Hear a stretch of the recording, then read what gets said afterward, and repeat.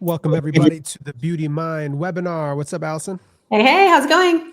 Going well, feeling in the flow of things after a Same. chaotic couple of months and excited to talk about quieting the noise today on the Beauty Mind webinar. Yeah, something that we have to check in with ourselves pretty much daily about to make sure that we stay on track. And a lot of people just get sucked into the noise and don't even know how to quiet it and don't know how to deal with it. And we're going to talk about that today. Yeah, it's like I think a lot of people, I'll say myself, over a decade ago, didn't realize that you needed to quiet the noise. I thought I could do everything. No, I could have fun. I could burn the candle at both ends and still be good. I'm young. And over time, it starts to really hurt you. And if you aren't being intentional with your day to day and you are listening to everyone's opinion, you are overusing social media, all of that kind of stuff, you're not actually maximizing your day to day. You're not working as efficiently as you could. So I think, even before we get into, let's define what this noise is and who it comes from. Yeah, so we have our internal noise, of course, the things that we deal with in our own head, just quieting other people's opinions and things that float around in our head and the stories we make up that we tell ourselves. So there's that. But then there's like the noise of social media. And every time you get on social media, it's somebody talking about like what not to do in the beauty industry or why some people don't do, I don't, let's just say double book. Here's why. And it's like, then you have everybody questioning, like, should I not be double booking too? And then you have some people who are like, why I don't do these services. And it's like, oh, I don't like those, maybe I shouldn't either. And it's like, there's just so many opinions and so many things that are agendas that are being pushed on the internet that is, in my opinion, what creates the most noise. Because while I do like that people share their way of doing things and their way of doing business and what's worked for them, I also think it's putting unnecessary recommendations in people's heads who don't necessarily or aren't ready to make those choices for their business yet. Right. And I think a lot of these really popular hairstylists who are sharing their very loud, maybe choices that they're doing for their business, new hairstylists and new beauty professionals are seeing those choices and going, oh, I'm not going to do that either. Not realizing that that person's in a totally different stage of their career and they can make choices that you can't make yet. So there's all that noise of just other people's opinions and what they're doing in their business. And then, of course, you have your family pressures. I can't tell you how many times I've interviewed somebody that said they weren't going to go into the beauty industry because someone told them they shouldn't. And somebody told them they weren't going to make a lot of money, or maybe somebody told them they were going to make a lot of money. And so that's why they did. There's just so much going on in the world that not only are we being bombarded with other people's opinions, but then we have these like internal conversations with ourselves as well of what people might think of us. Yeah, all of these fears that other people's fears that they've put on us our whole lives, and us, trusting those, because a lot of those people that are putting their fears on us, it doesn't actually look like a fear initially. It's like, oh, they're trying to help us and give us some advice based on their life experience to this point. The problem is most of them don't actually know, especially if you've really defined what success looks like for you moving forward. And that's why actually this quieting the noise is part of our foundation of success, which is, define what success is for you in this life, what that actually looks like, not for your parents, not for your teachers, not what society thinks, but what does happiness actually look like for you? And, a lot of us will seek to find that, and we urge you to do so. And it's really about what that chapter is right now. It's not about necessarily 20 years from now. You don't have to look that far ahead, but like, what does it look like for you in the next 5 years? And then let's reverse engineer that. Let's find that North Star to work towards. If you're doing life right, that North Star will eventually change as you evolve as a person and as you actually accomplish a lot of those things that you had in your first 5 years or however long it takes you. This is not a race. But then the last thing is quieting the noise around you. So those internal thoughts that are predicated on what other people have told you your whole life. Like Allison mentioned, social media, all of that. And it's so imperative because you only have so much energy in your life, in your day to day.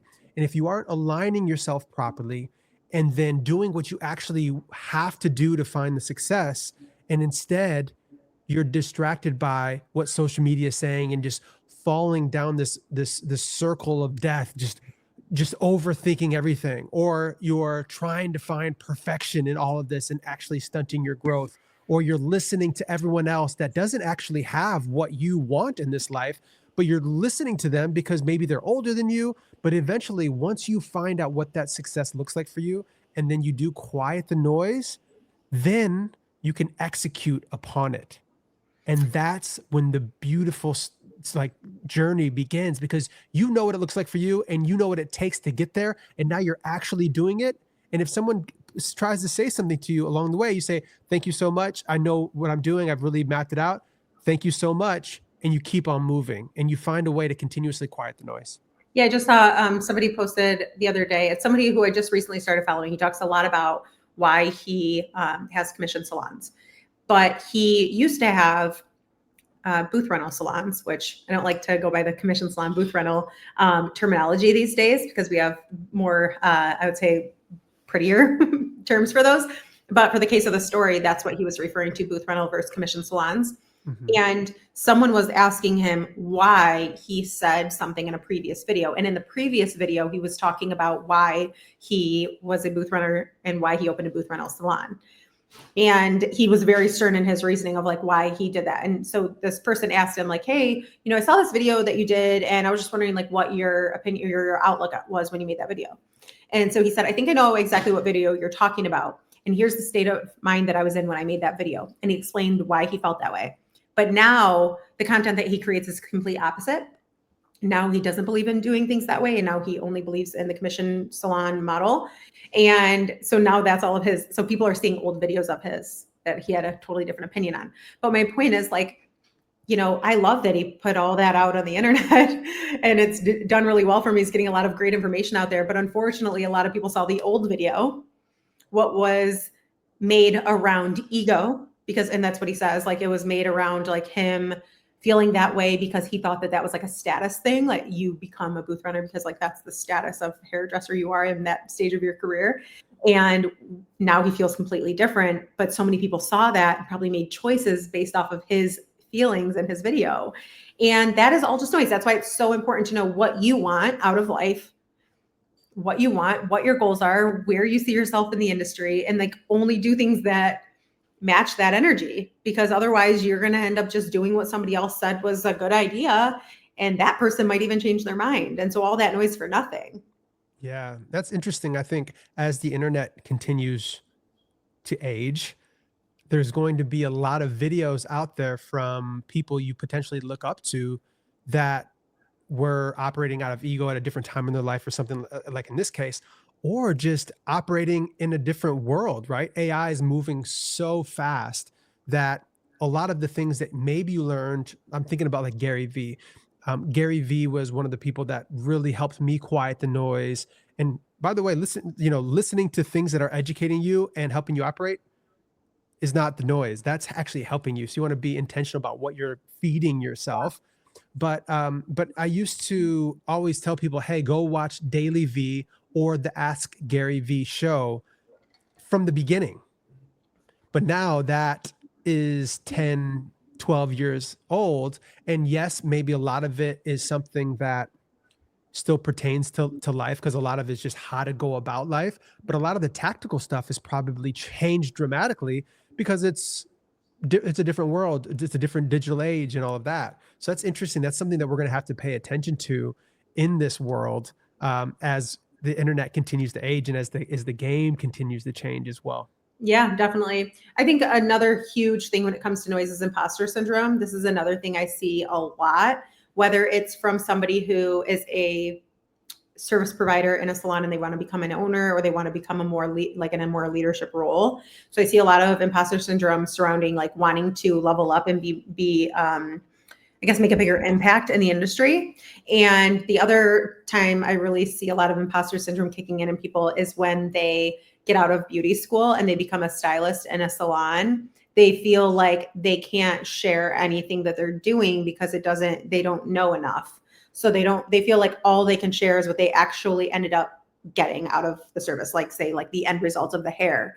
They don't feel like they can share how they got there or their formulas or the take-home products that were needed, because they like don't feel like they're educated enough or at a time of their career where people will listen to them and where they don't have enough credibility. So you see imposter syndrome definitely a lot in this career. I'm not going to say I don't have imposter syndrome or I've never had it, because I'm sure I have, but, and it's like more of like a quiet voice. It's like, do you, every once in a while, like, do you know what you're doing? It's like, and then the other side of my head is like, yeah, you do know what you're doing. So I have like two. I have the imposter syndrome and then whatever the other person is, and they have conversations. But some people suffer severely from imposter syndrome, where they literally do not think they can do anything or are worth doing, what they really want to achieve. They don't think that they have it. And so I think the main thing with that is just knowing that, like, if you want something, you have to start showing up as that person before you can become that person. So imposter syndrome, really just let it be that fire inside of you, not something telling you can't do something.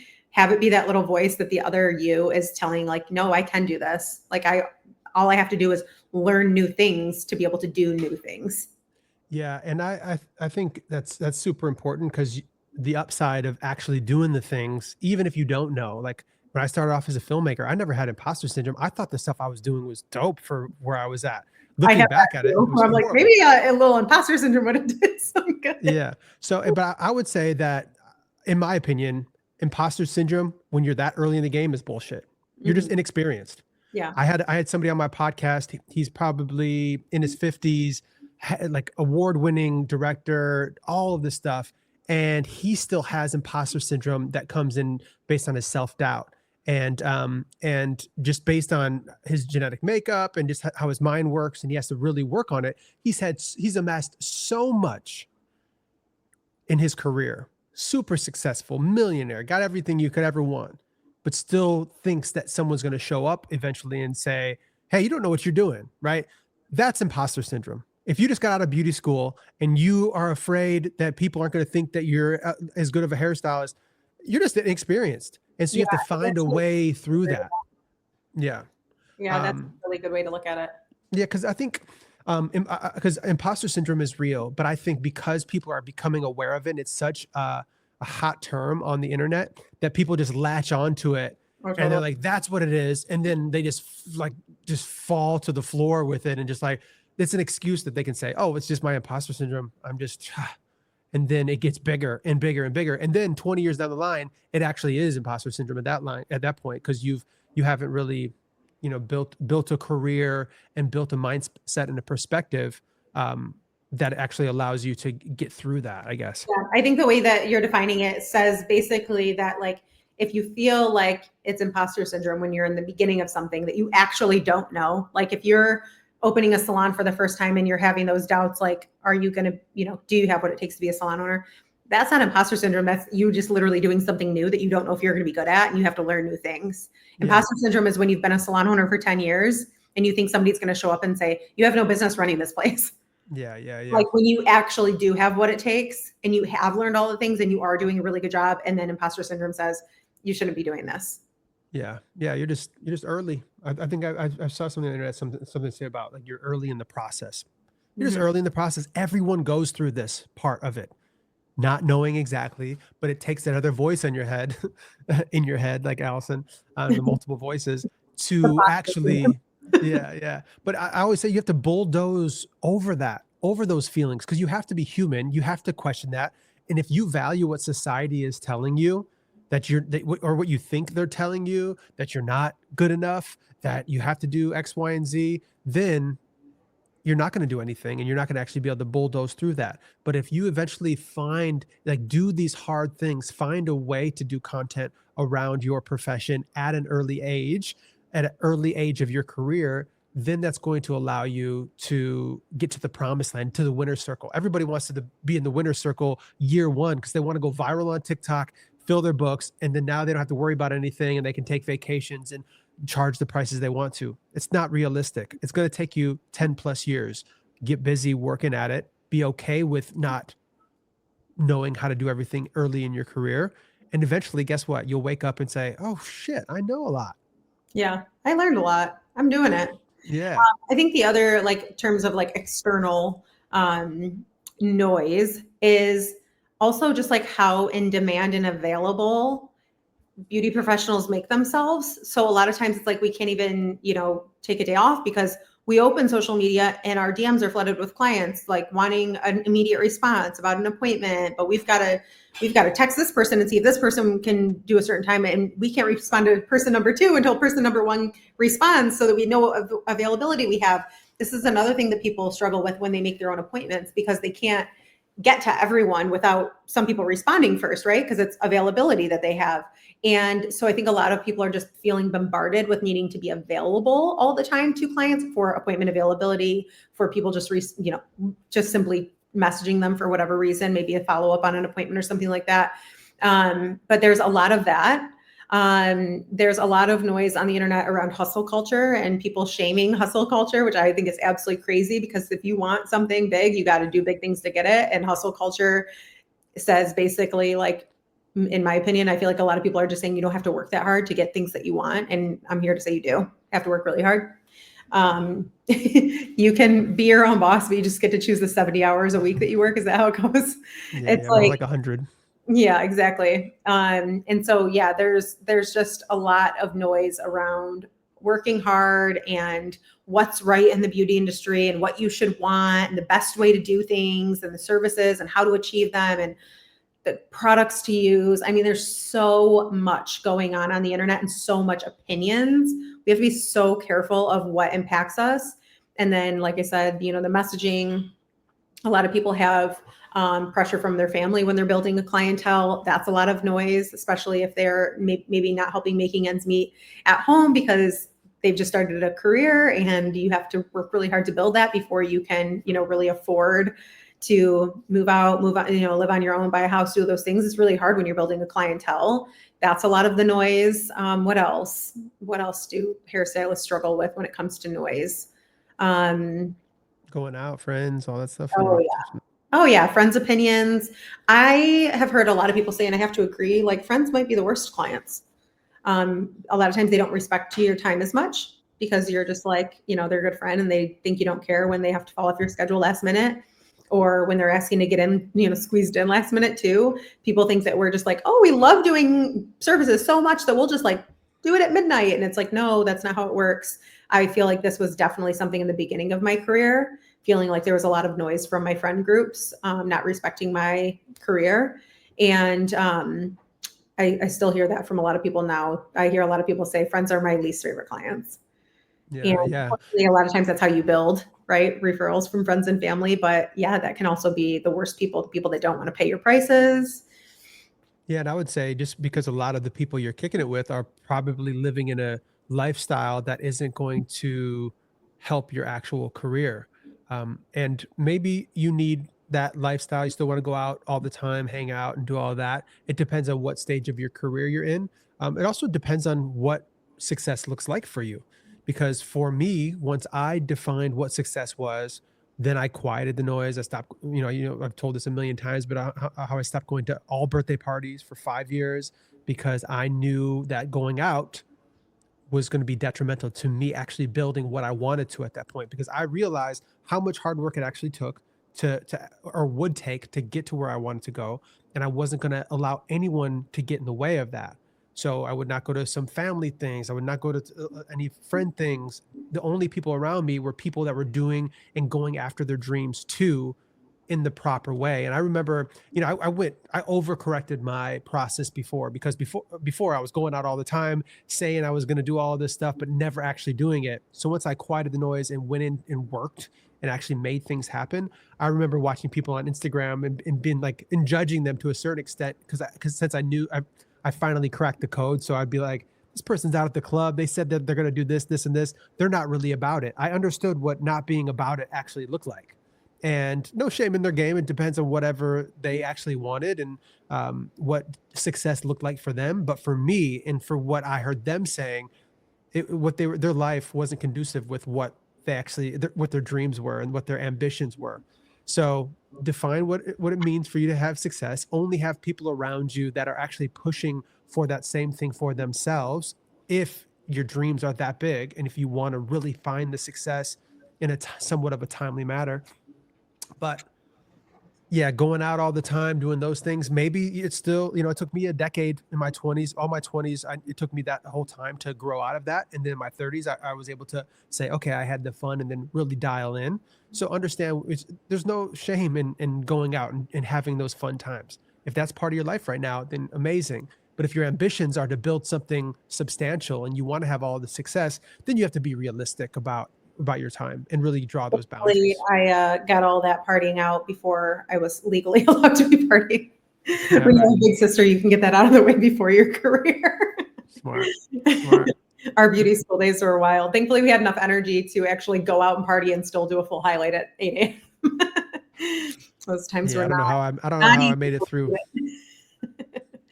I definitely had. Um, I mean, I think I was working like 3 jobs at one point in the beginning of my career to, I don't even think I actually needed to. I think I just wanted to. I was like a workaholic. But one of my jobs, because it was like going out, was the job. Like I could go out and party and make money. I was a bar mitzvah dancer. I wasn't like, never mind. I was a bar mitzvah dancer. So that was the like really fun time of my life. So I could like work all day at the salon and then go out and party and hype kids and their family members up at their events after work. And so that was like my fuel to like, okay, I went out and then back to, work, but I still got paid to do that. So I feel like that was definitely like a time where I would have been out partying. I was too busy working 2 to 3 jobs Absolutely. every weekend. Yeah. Yeah. So that's like, that for that part of your life, that was great because you'd make more money. You were able to crack the code on what your formula was at that time. And then obviously once you became a salon owner and running a team and things change. But so once we've defined what success is and once we've cut out the people and cut out the noise and starting to use social media better and being intentional about that. Now, now we have to set ourselves up for success with some mindfulness practices that fit into our lives. Because once you get on track, that's great that you understand that and you know what you need to. So as you fall off, you're able to get back there. However, if you can create a lifestyle that's going to strengthen your process moving forward and keep you on track longer, then you're going to live a better life. You're going to find more success. So, what do some of those look like for you, Allison? So I think mindfulness fell into my life probably around, well, I know where it was around. It was around 2019 because it was when Paris got sick. And I used to talk to Michael Cole a lot. Shout out Michael Cole. And he taught me all about mindfulness. He talked to me about mindfulness practices. He became kind of like my go-to, kind of like my mentor, I guess you could say, when it comes to being mindful.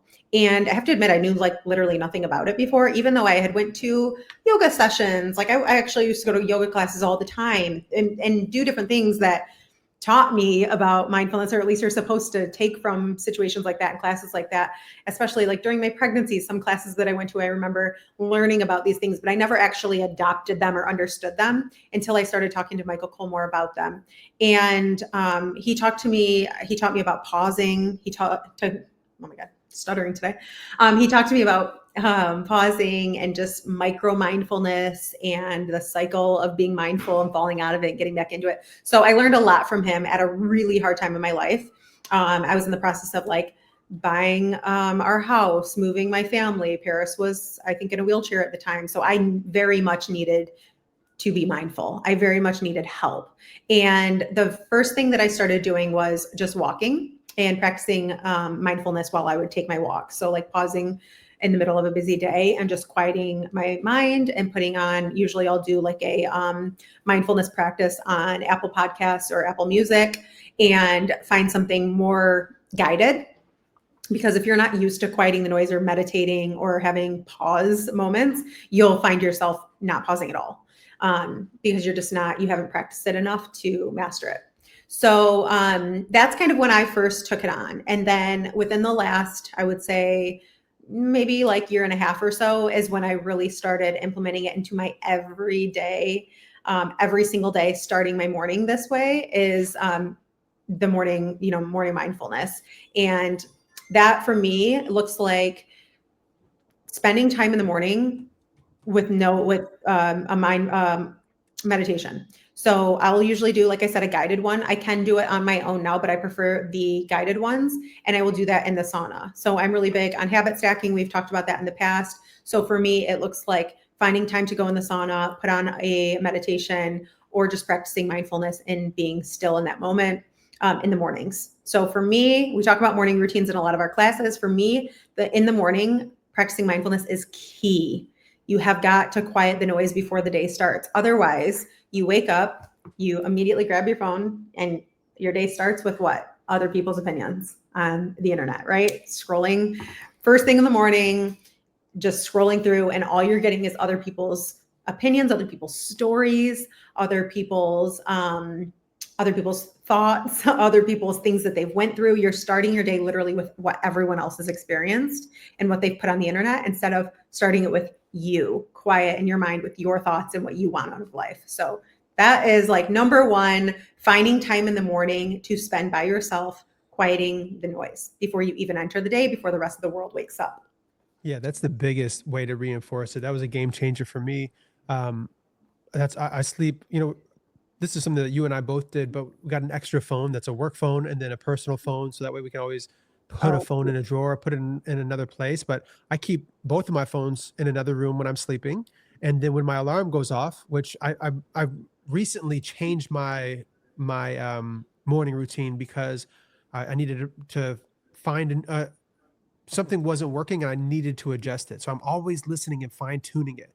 I've realized that going to bed at 9:30, like in bed, but then fall asleep by 10 to 6 has been great. And I walk to the gym as the sun's rising is a little bit better for me. So I'm actually really prioritizing my sleep right now as I'm like recouping, as I was fearful I was going to burn out. And so now I was like, okay, I see that I was working really hard. I was falling into some of my old habits. So I need to adjust, and I'm really loving how I'm feeling based on this. I'm so much more sharp, and so I adjusted my morning routine. But when I grab one phone for the gym, I'd grab my personal phone just in case anybody needs to hit me up, so I can listen to music or podcast or audiobooks at the gym. And as I head to the gym, no one can reach me unless it's something urgent. And I don't go on these different social media apps until after I've put time into myself. I need to put that time and energy into myself before I give it to anyone else. And just having that armor that you're able to put on and how you're able to like see the day and get ahead of the week, you can really operate more efficiently and really compound that like what you like your the game plan. It compounds over time, so it strengthens over time to eventually you don't even think about it. It's not hard to get up anymore. You're just like, oh, here we go. I know how good I feel when I get up at this time, put the time into myself, go to the gym, how much energy I have throughout the day. Let's continue doing this. And then you get to add on to that. So I love everything you said. And then luckily with us, with the viral morning routine that's going crazy right now for, what is it called, Saratoga oh yeah, that's your water. product. Yeah, Yeah. yeah, yeah. But find out what that is for you. Find out how you can put some time. It might just be a little bit of meditation. It might be yoga in the morning, whatever. Maybe you work out better at night. But how can you quiet the noise for yourself initially, and then move forward in a day-to-day process that's going to allow you to work more efficiently. Yeah. And then not only doing that in the morning, but finding time throughout your day, especially your busy days, to have micro mindfulness moments. So, like, that could be as simple as like while you're shampooing someone's hair, being very mindful in that moment, because our brains are so hard to turn off. I think somebody just commented on my Instagram the other day, was saying how hard their brain is always going. That's how a lot of people feel. And if you can find those little moments, maybe it's in between clients where you just like go into a quiet area of the salon and just like quiet the noise for a moment. Especially like if you might have like a difficult client or someone who's going through a lot, you have to cut that away from you. You have to find ways to be more mindful in those moments so that you don't take that stuff too literally too deeply into your life. Yeah. So finding times to quiet that throughout the day, and maybe it's mindfulness moments in your car throughout the day, maybe it's after work, but just finding time throughout the day to quiet the noise and be more mindful. And we call those micro mindfulness moments because they're just like little spots in our day that we can turn off the noise. And all of this isn't about doing less in your life to quiet the noise. It's not about quieting the noise by not going on social media, quieting the noise by not talking to your family and friends, quieting the noise by not taking friends as clients. Like, that's not what it's about. It's just about being more intentional and aware throughout your life so that you can be more mindful and have better boundaries than if you were to just soak in all the noise and take it all into your brain and letting it, alter your way of thinking and how you live your life. So it's just about being more intentional. It's not about doing less. Some other things I would say, brain dumping. We do a ton of brain dumping. I brain dump in the morning. Sometimes I brain dump at night. Journaling, gratitude journaling. That is a really good way to quiet the noise, because a lot of times the noise is it's a negative, right? It's like the bad things that we're listening to. The good things that we should be grateful for isn't the noise, or it wouldn't be a problem. But turning that noise into gratitude lists and thinking about all the things that you're grateful for it's a game changer.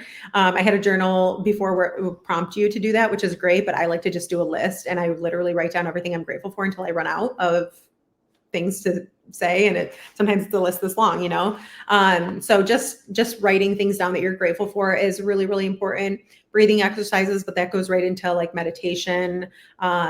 Grounding, if it's not snowing where you are, is really great too. Just finding time, like the saying, go touch grass. No, literally go touch grass.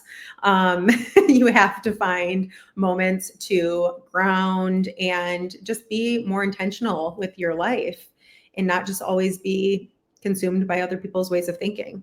Yeah, I can't even imagine not using these practices in my day-to-day life. Because just imagine, like, you wake up, you're already on social media, you go into the shower, you rush to work, everybody's saying whatever you're doing, like, okay, everybody's putting their, thoughts and processes on you. You're just in this chaos of life. You finally finish it. You got to rush home, cook dinner for the kids. You're doing all of that. You go to bed. Oh, thank God I didn't go to sleep. But how I noisy would be a your mess. mind is. Sometimes Yeah, I am, if I don't do these things, by the way. I don't do all sure. these Yeah. every single day. Like, Life is gonna get busy. Yeah, Jai, last night, Jai she fell off. For her way of doing this is reading the Bible in the morning and at night, and so she always goes to the Word, as she calls it, and it really helps her, because a lot of this is us going through so many challenges in life, and then finding a way to get perspective on it and to like work through it and to understand it and understand what's going on in your mind. So self-awareness. So understanding what your process is. But Jai last night, she was like kind of overwhelmed. She had a very busy week. So when you have a busy week, you might fall off. This isn't about finding this new structure and never making a mistake again. It's about February. knowing, yeah, it's about knowing what works and coming back to that. Mhm. So for her, it's reading her Bible every morning and night. And when she's on that, she's a more efficient, she's more mindful throughout the day, and she just operates. She's lighter. I can feel it, and I can feel it in me when I'm doing the practices that work for me. Did you say she's lighter or she's nicer? No, I'm just kidding. Both lighter and nicer. I'm just kidding. And so, yeah, I mean, all of these things, they build a more, you're going to be more efficient with your time. You're going to have better boundaries. You're going to listen to just what you want, not what other people want. All these things, it's just going to quiet the noise. By doing these things, you will be quieting the noise around you. But it will also help you have better boundaries. So when you're more intentional with how you use social media and you do not make yourself available 24/7 to clients. I was that person responding at 2:00 in the morning to clients because I wanted to get them in the next day. And I didn't want to, lose money or whatever. Just being way too available for people is, I think, one of the hardest things about being a service provider in the beauty industry. So you will have better boundaries when it comes to appointment policies and when people DM you. Maybe you won't book appointments through DMs anymore because it's too chaotic. Maybe you'll be like where they have to call the front desk, or maybe you'll do that through emailing or online booking so that you don't have to. If you work on your own, online booking is a great way to get through needing to talk to clients all the time about appointments. Also setting boundaries of when you're going to reply to people. For me, when I was doing hair full time, I only replied to people, I think it was on Thursdays, during like 9 to 3. So Thursday was my admin day. I didn't take clients on Thursday. So that was the day I responded to people. Now, every once in a while, would I respond on a different day? Yeah, but my clients knew I handle all appointment requests on Thursdays. And that was just that. So I would say, like, I might open it, but I will get back to you on Thursday. Yeah, yeah. And that was, and how would you say, so that was at that time in your career, somebody that's just getting started. Number one, I do think it's important to time block your day and have moments like, I know beauty professionals don't necessarily live off of their email, but what I'm working on now is only having a certain time versus having a certain time for me to jump into my email versus answering it throughout the day and always focusing on something and then falling off because I'm going to my email. Mhm. So, would you say that that could be an issue as well, if you're always responding to people trying to get them in? But if you're early in your career, it might take doing more of that because you're trying to fill your books at that point. I guess it depends. Like if you are early in your career, then online booking is a good idea to do because your books are open enough that it won't hurt you for people to book you online.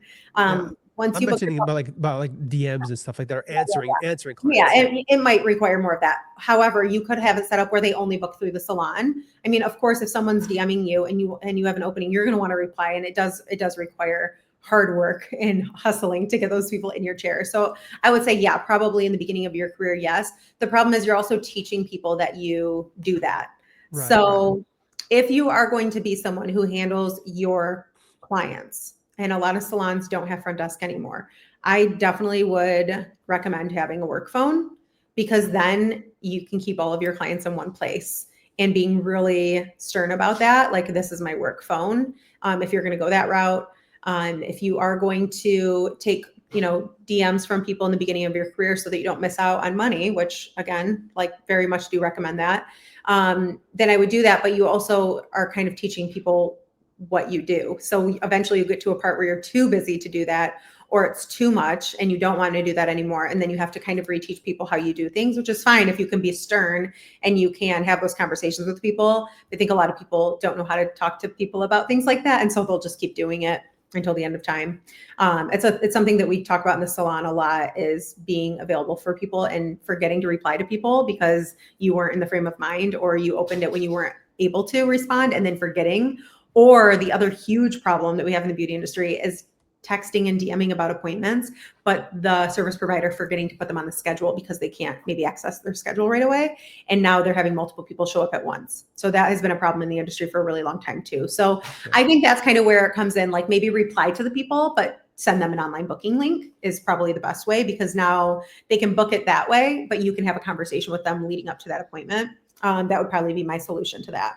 Yeah, yeah. So even if you are early in your career and you're building your DMing and all of that, finding a process that works for you. So maybe it's like a certain moment in the day, or maybe it's every other day that you say, okay, this is the time where I go handle all of that, and you do it efficiently so that you have a process. So you answer the DM, you maybe send them the link, or you send them to front desk, or whatever the Or case. some of the policies, because a lot of times they're messaging you about pricing, or that they need to cancel. Like, that's the other problem. There's a lot of problems around having conversations with people on Instagram surrounding an appointment. If you book them an appointment on Instagram, they'll probably send you an Instagram message to cancel too. And now you didn't see it because you were busy working on your other client and you didn't know that your, 10 a.m. wasn't coming in because you weren't looking at Instagram. So setting those boundaries, like as far as how you're going to take the conversation or how deep you're going to let the conversation go into the appointment. If they're messaging you to ask about pricing, and you have very strict pricing and a menu that you can send them that. But if it's going to take more of like a consultation to talk about what they need done, you just set them up a consultation appointment. I would send them the DM or DM them the booking link and say, book yourself a consultation. Here's my booking link.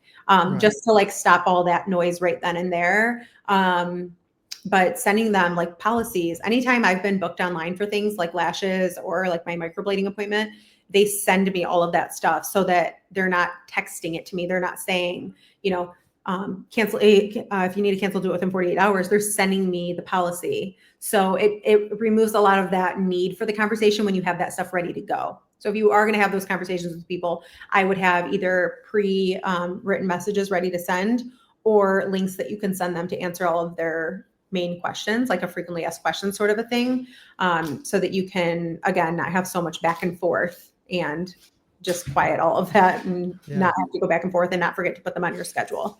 Sounds like we can have a whole webinar on just that process and how to fine tune that. But really, I mean, these are the real problems that people are having in the industry right now. Yeah, so these are, and yeah, as the game is changing slightly and how you want to use social media, but you want to use it effectively, and you want to be intentional about it. So some other boundaries that you can create for yourself. So number one, with clients and how you follow up with all of that to ensure you're giving them all of the information necessary and turning the conversation where it needs to go so that way it can be more efficient in the future. Yep. Social media, when you're consuming it and when you're creating content for it, with social media, now that you're using it effectively to really build your business, you need to be intentional about creating the content. So you should be adding to it more than you're taking away from it. Mhm. So, however you can do that to draw those boundaries to ensure you're not just only watching and, observing versus creating and adding to the party there Yeah. is super necessary. Definitely. And then as far as like team, because when you have a salon with a large team, there's a lot of times where you're getting bombarded. And I think just having times that you are available for your team and a work phone, that has really helped me a lot. I really struggled with having all of my everything in one phone. I Yeah. mean, I just couldn't do it, especially because we have multiple things that we are doing and multiple businesses that we have. It's like I could not have that all in one phone with all my where everyone had access to. I needed to be able to have a phone that had all of that in it, all of the messages, all the things that I need to answer to people and clients and employees and things like that. And then I needed a phone that barely anyone had the number two that I could just take if I needed to just go to dinner with my family or, if I'm going on a walk, I'm going to take that phone with me. I'm not going to take my other phone. So, and especially like at the gym, because I can't tell you how many times I was at the gym and I got a text that ruined my day in the middle of my workout. I mean, I seriously couldn't count. I would need multiple hands to count. Yeah. And that's just like, I mean, that's over the years. That's like 17 years I'm talking of having a team and having so much demand for my time outside of my personal life. And so having a work phone has really, really helped because then I can choose when I'm going to answer those messages or when I'm even going to accept them or look at them. So if you are a salon owner or someone who works with a team, a manager, I would definitely recommend having a work phone.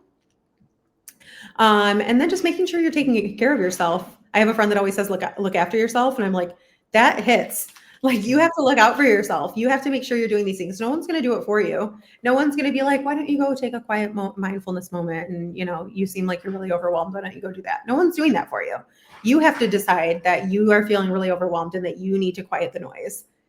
You need to decide that. You need to look after yourself and do those things. You need to make sure you're getting the rest. You need to make sure that you're not doing as much screen time.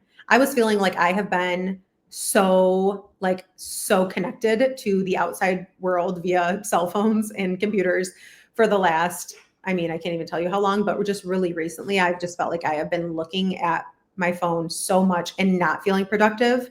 A lot of just like getting sucked into watching videos that I might feel are great in the moment, but then after an hour passes, you're like, what did I just do with my time? So me and Aurora got a puzzle and I can't even tell you, like for 3 or 4 days, just did not, like I was doing something else. I was doing something with her. And of course she would have loved to also be on her iPad while I'm handling things on my phone, but we had to just like figure out a way to stop because it was getting to be a lot. And just something as silly as like doing a puzzle helped a ton. And also like it served as like a little moment of mindfulness for me because you're just like so tuned into something that, I mean, does take a lot of thought to do a puzzle or like, a lot of people do like, I don't know, those like crosswords and things like that, like, or the adult coloring books. I know a lot of people that use that for mindfulness, or quieting the noise. And I totally think all of those things are amazing because it's like something that takes your concentration somewhere else. That's like, it's not harmful at all, right? It's like strengthening your brain and finding moments to just like quiet everything out and do something in front of you, whether it's an adult coloring book or a puzzle or something like that. It has just been a huge thing for me this week, as far as like lessening my screen time. So Yeah, absolutely. I think, when you talk about rest and being intentional about taking care of yourself, I think maybe the generation before us or a couple on top of that, this stuff wasn't talked about. So this is something that's new. yeah, And, over the last decade, people have really started talking about this, but it really matters. You can't just work yourself into the ground and just think that, oh, you just bounce back because you always did when you were younger. Things change. So you really do need the rest. And, this is speaking from experience that the more you do this, the more you do find time to put the exercise in your day and to get the rest and be intentional about your day and draw boundaries and don't overextend yourself, you will start living a better life that allows you to operate more efficiently, but also really love and show up in your day-to-day life and not always feel drained. And of course, it depends on what chapter you are in your life, but finding this flow for yourself might take some time because you might need to try a lot of things before you figure out what your formula is. But we really urge you to find that formula over a period of time and continue to evolve it to ensure that you can show up and be your best self to then find the success that you desire in life. Yeah. So the last thing I think I would say to this whole thing, like just to kind of wrap it up and summarize, is like, of course, like the brain dumping, the journaling, the walks where you're gonna, practice mindfulness. All of that is really, really helpful. Meditating, all those things are really helpful, but you're not gonna end this video and then start doing all those things because it takes time to build. So I would say just like choose one thing that you're gonna do, whether that's going to be waking up early enough to have like a mindful 10 minutes. And some things that can help with that is like downloading the Calm app. That's a really good app that you can use to help you find mindfulness moments with like a more guided approach, or just searching on Apple Podcasts, mindfulness or mindfulness meditation. And just find like one time, or maybe it's going to be at night. Maybe you go to the gym at night and you're going to do it then. But just choosing like one thing that you're going to implement from all of these ideas that we've given you to help you start living a more mindful life and start setting some boundaries. Absolutely. The time is now. Do it now. It's going to really benefit you. So, Yeah. well, I love this conversation, Allison. We'll be cutting some vertical videos from this. And if you're watching this and you're not part of our Beauty Mind membership just yet, you can join on our website. The link is in the description. And we're really building this online community of people that are going to continue to better themselves, to stay ahead of the game within this digital age, and to really have a community to turn to when things get tough or when you need advice or when you need strength in numbers. And for those that are a part of the Beauty Mind membership already, we love having you here and thank you for being a part of this. And that's it for this week's Yeah. webinar. Sounds good. Great chat. I'm going to go get my haircut. Hey, all right. Well, I am too, but not till next week. All right. Well, I'll see you soon. And yeah, have a great week. All right. See ya.